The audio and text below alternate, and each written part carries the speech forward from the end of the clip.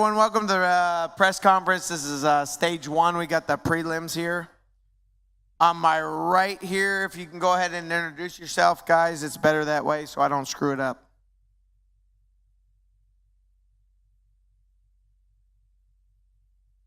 Simmons. Drew O'Brien. Sammy Martinez. And then to my left. The Golden Child, Ja'Cory and Larry. Rocky Scoggin. Jacob Jowdy. Luis Bustos. All right, guys, we fight tomorrow. Doors open at 6 p.m. Texarkana, Arkansas Convention Center. Tickets at peakfighting.com. There's still some left. They're starting to get slim in places. Also, quick thing. Get your shit together. Hey, so quick thing here. There's somewhere you can sign up to win free tickets over at the merchandise table for tomorrow night. So if you're here and you need some free tickets, go ahead and sign up. We'll start taking questions. Anyone got questions? Let's go. And then we'll, once we get this done, we'll switch to the main card. Stephen Parker, let's go. Hey guys, I'll start this off, but this is for everyone here. I'm barely press anyway, so you guys need to come with some questions too. But I want to talk to our two Texarkana fighters. Are you guys excited about, I would say lacing up the gloves, but pulling on the gloves here in the Twin Cities? Yeah, I'm excited. Where is it that you guys train at here in Texarkana? I train at Texarkana Combat Sports. I don't train anywhere yet. You don't train anywhere yet? No, I just freelance it by myself. Right on, right on. Questions?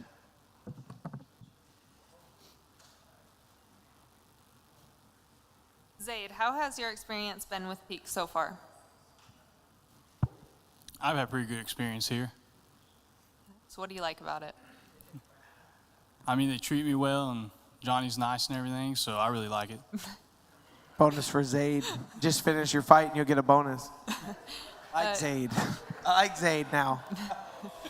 Jacob, what can we expect from you this fight, and are you feeling more comfortable in the cage now that you've gotten some experience?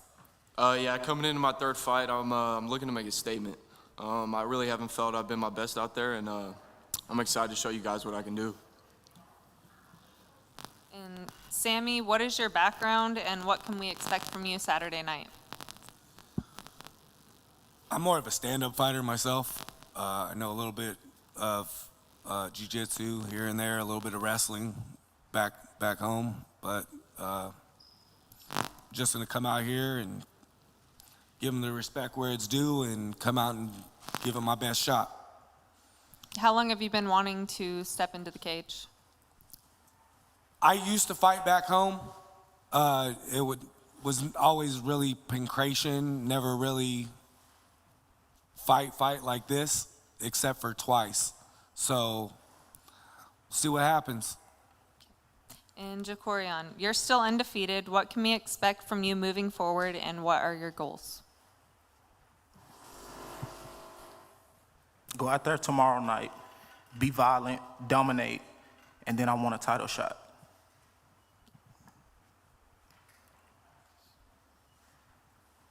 Sammy, it was a tough weight cut. What was the problem with the weight cut? And kind of talk to me a little bit about what happened there. I was on a week notice, boss. I was on a week notice and tried to fast and drink a lot of water, and it just didn't happen. Gotcha. And then Ja'Cory, how does it make you feel to know that you made weight and you're taking this, as serious as you have, but that your opponent didn't make weight? Like you said, it showed me that he's not taking it serious, and I'm the wrong one not to take serious. And so what was it that you saw in his preparation or about him as a fighter that made you confident in taking this fight? I'm preparing myself to be the best in the world, so it's just him sitting over there right now. That can be anybody. And then for Jacob, obviously you've had some of the most exciting fights here in Peak. Do you feel that the promotion should be supporting you and promoting you and kind of pushing you more than they are currently? Or do you feel that they're doing enough at this moment? We'll get there Thank you. I mean, I think we've been promoting him. I think we've been promoting him. I mean, he's on Instagram and he's on TikTok and he's on Facebook. I mean, he just got to finish fights, you know. Listen, give the guy a fucking Instagram reel highlight or something. I'll give y'all more highlights tomorrow night.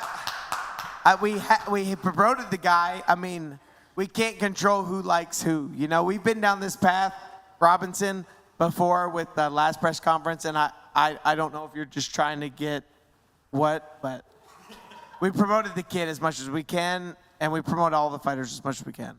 Johnny, the last person that was promoted lost. Like, next question, please. Next question. Mr. Larry, as kind of an ambassador of Texarkana, if we have some young folks watching right now that are thinking about getting into MMA, do you have any advice for them? Take it serious.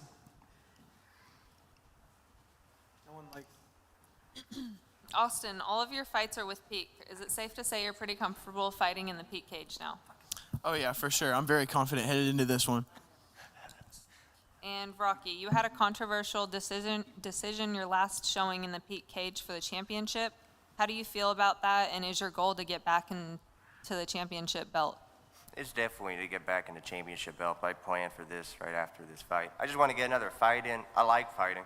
So, and I like 155 because I don't have to starve myself and can eat cake. It's great. No, I just want to get in there and fight. I got more cardio this time, more power. It's going to be, I'm excited for it. I mean, he's close to a title if he goes to 45, and then obviously with a tough opponent, Drew at 55. So he's really close. It's just whatever they're going to do. Both guys aren't close, Johnny? No, both guys. Man, it's a rough one. It's a rough one here, boys. Holy smokes. Let's go to the main card. No. Johnny, speak your fucking truth. Let's go. Oh, my God. So, no, Drew's been on a tear. I'm not going to lie. Exciting. Rocky, fan favorite, exciting. I mean, so with a win, he's close. With a win, he's close. So, I mean, 45-pound division's a little squirrely right now. So we'll see what happens. And then he's up 55, so we're going to see. Well, gentlemen, you're sitting beside each other on these tables. You'll be in the ring with each other fighting tomorrow night. Does anyone have anything they'd like to say to their opponent while you have the time, while you have the microphone? Let the hands do the talking tomorrow night. That's what I'm good at.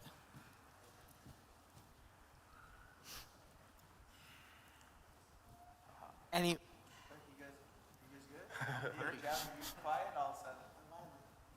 You want me to speak out of turn? No, I mean, he just asked a Just question. curse people out. Hey, we'll put on a show, I promise. Oh. Any other questions? Oh, wait. Yeah, I got a question for Rocky. Hey, so Cisneros, that fight with them, like she said, it was very controversial, right? And you're coming off an already impressive win. You're trying to get another one tomorrow. Tomorrow. The dude that Cisneros lost to, he's another jiu-jitsu dude, but he didn't make weight, so he's not the champion.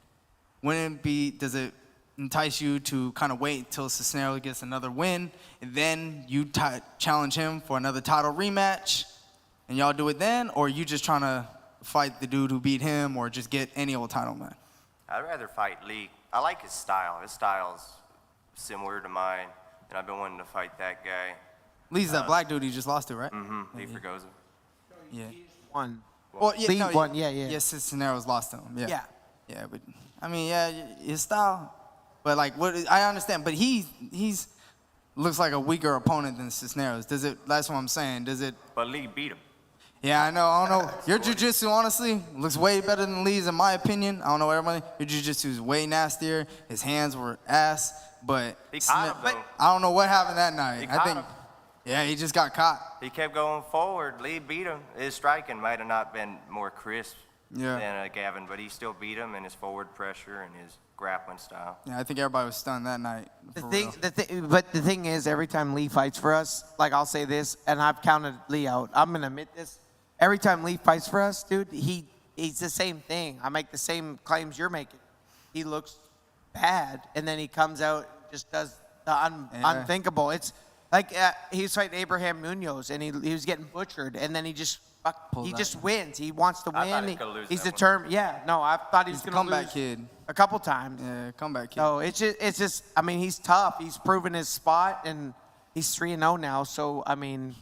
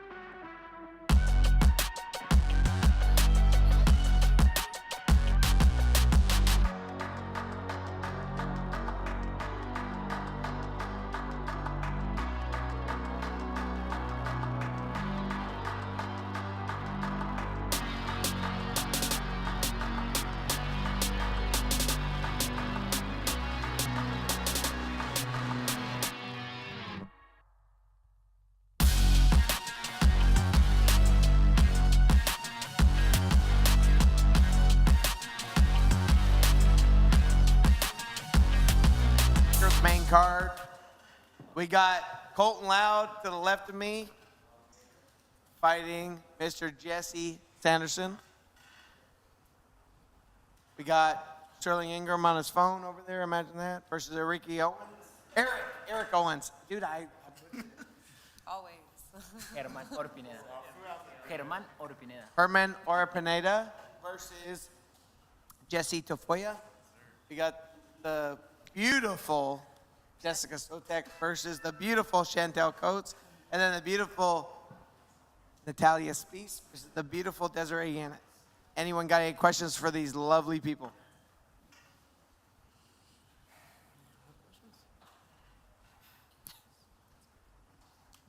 Mr. Loud, how have you prepared for this fight? Have you changed up your strategy? Are you sticking to your same training methods that you have demonstrated?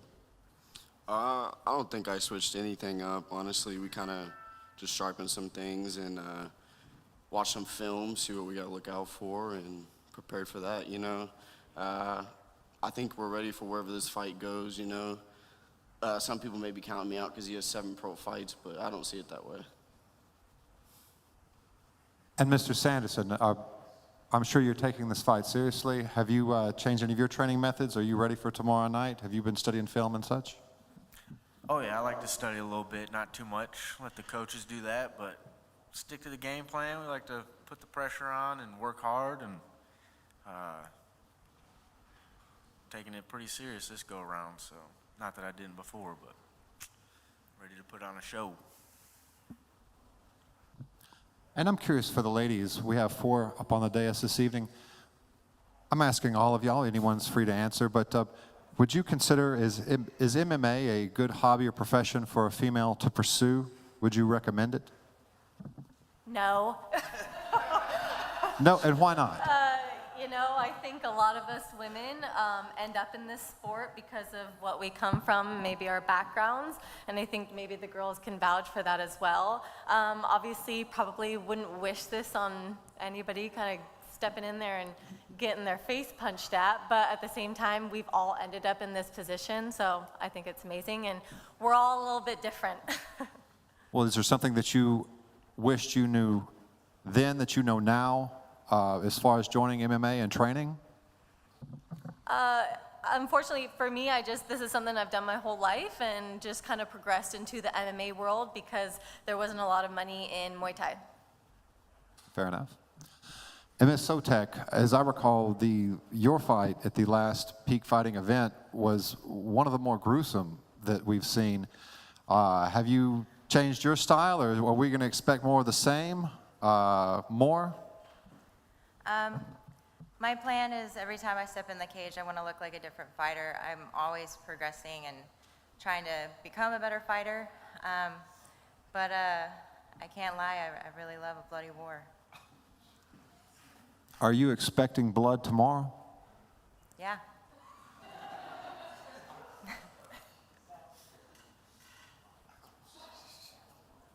Jesse, you fought some tough guys who have gone on to the UFC and had careers there. What are you expecting tomorrow night from Colton? I'm expecting nothing less than him being able to get there, and I always try to look at the opponent being tough, and we don't try to degress in our competition, so looking for a tough opponent. Records don't really matter. It's just about preparing and being ready, and we're hunting solar plexus, so. You feel like your experience plays an advantage to him, that he's coming on his, pro debut? I mean, it's got to a little bit, but I can't really, I got to stay in my lane and focus on my road and do what I'm good at, and we're gonna do it up. And then Colton, what does that say for you? What kind of confidence does that give you that your coaches feel that you facing a guy on your debut who has as many fights as he has as a pro, that they're confident in your abilities to get the job done tomorrow night? I mean, he's a tough guy, no doubt about it, but I train with the number 7 flyweight in the world. I train with other UFC fighters, I think I'll be okay. Awesome, thank you.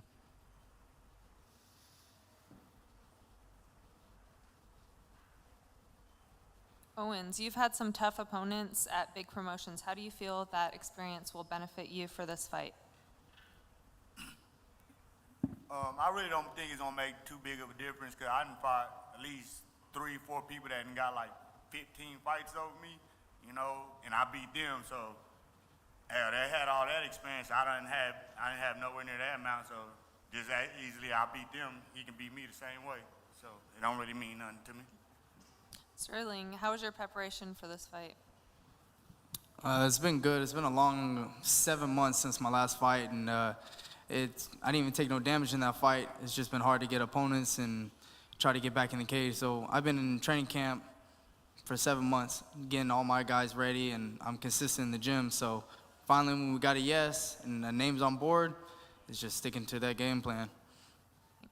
Chantel, how was your experience with the Ultimate Fighter? I know you've had some issues in the past. Are you feeling healthy now? Yes, I am.